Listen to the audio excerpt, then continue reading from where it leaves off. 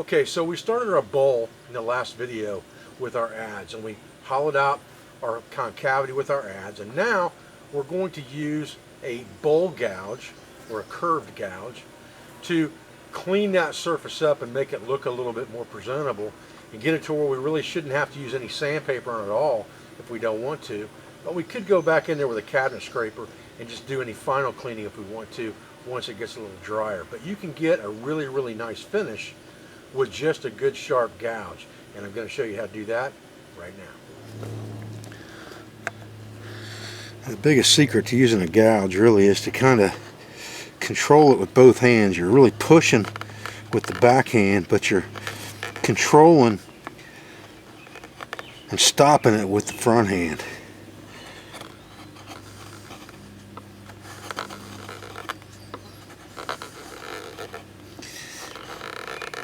And you can use a mallet with these type gouges as well, but you can really get a nice smooth finish using these things by hand, as long as they're good and sharp.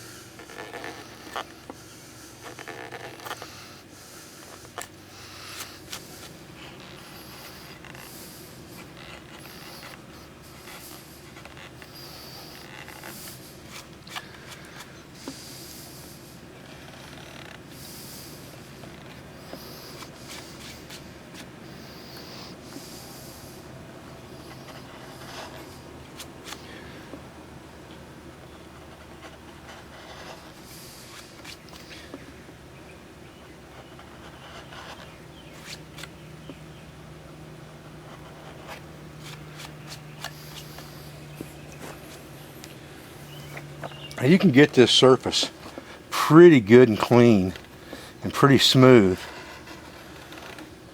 as long as you watch the grain orientation of the piece with a good sharp gouge like this. This is a bent gouge. It's a 7L by 35 gouge, and remember that the 7 is the sweep of the gouge and the 35 is 35 millimeters this way. Number 7 sweep as far as the depth of the gouge. And I prefer this gouge over just about any of them for this type of work. It does a really good job of smoothing out material. And it doesn't take much when you get done with this thing, if you're patient with it. It doesn't take much at all in the way of smoothing with some type of cabinet scraper or something like that to really get a nice finish in the bottom of a bowl like this. But you just got to be careful and watch your grain orientation. If it starts to lift up on you, you got to go the other direction.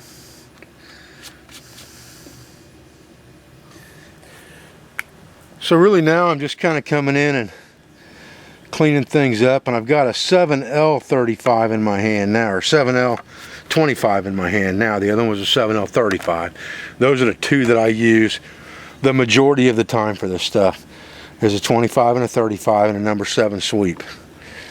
And so now I'm just coming in here and doing some finalized carving in here, right around this bottom. Again, a good sharp tool is the key to this whole thing.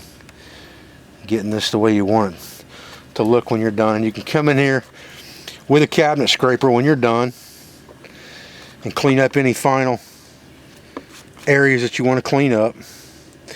But you'll get the majority of it pretty good with just a couple good gouges if you're careful.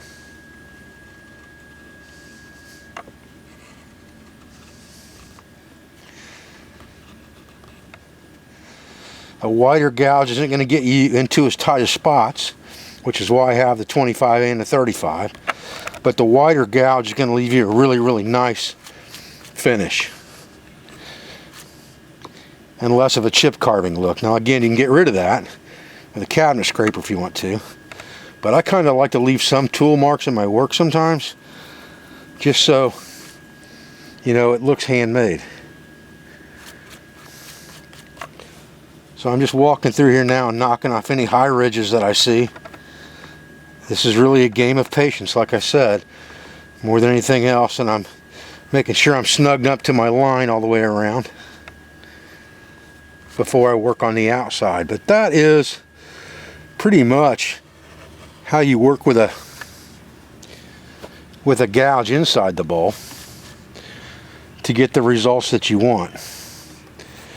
Control it with the front hand and push it with the back hand. So you're kind of using that front hand as a stop so that you can't go too far with it. The longer cuts you can make, the smoother the finish is going to be.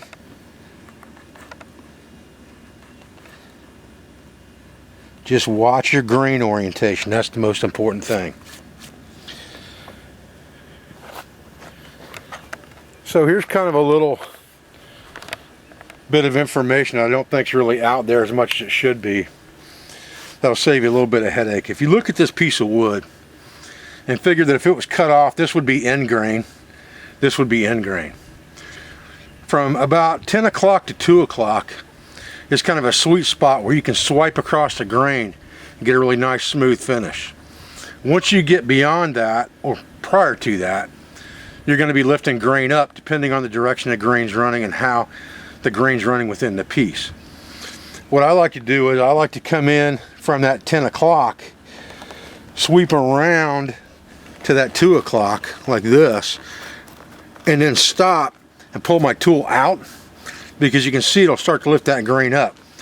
And if I saw that it lifted the grain up, then I know I can come back in from the other side and clean that up. And if the grain starts to lift, when I get up around that 1:30 or 1 o'clock mark, I'll come in and get it from the other side and sweep into it like this to take it off clean.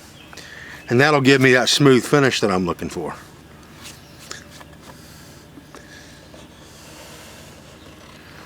So again, those sweeping cuts will give you that nice smooth finish in your bowl. And then you can just ride those cuts or those ridges up to the top from the bottom, just like this, just like I'm doing now. It's almost like making a feather stick, in a way. And then come in from the other side and cut them away to leave yourself a smooth finish. And it works the same way on a spoon bowl in a lot of ways that it works on a bowl like this. But that'll give you a much nicer, smoother finish if you do it that way. Alright folks, well that gives us a pretty clean finish inside our bowl with just the gouge and the adze. Now we could take that one step further, let the bowl dry just a little bit, maybe overnight, and go back in there and clean it out with a cabinet scraper and really get it baby smooth. That's up to you, and it's more personal preference than anything else. What we're going to do next is we're going to start working on the profile and shape of our bowl. I appreciate your views. I appreciate your support. I thank you for everything you do for our school, for our family, and for our business, for all of our sponsors, instructors, affiliates, and friends, and I'll be back with another video as soon as I can. Thanks, guys.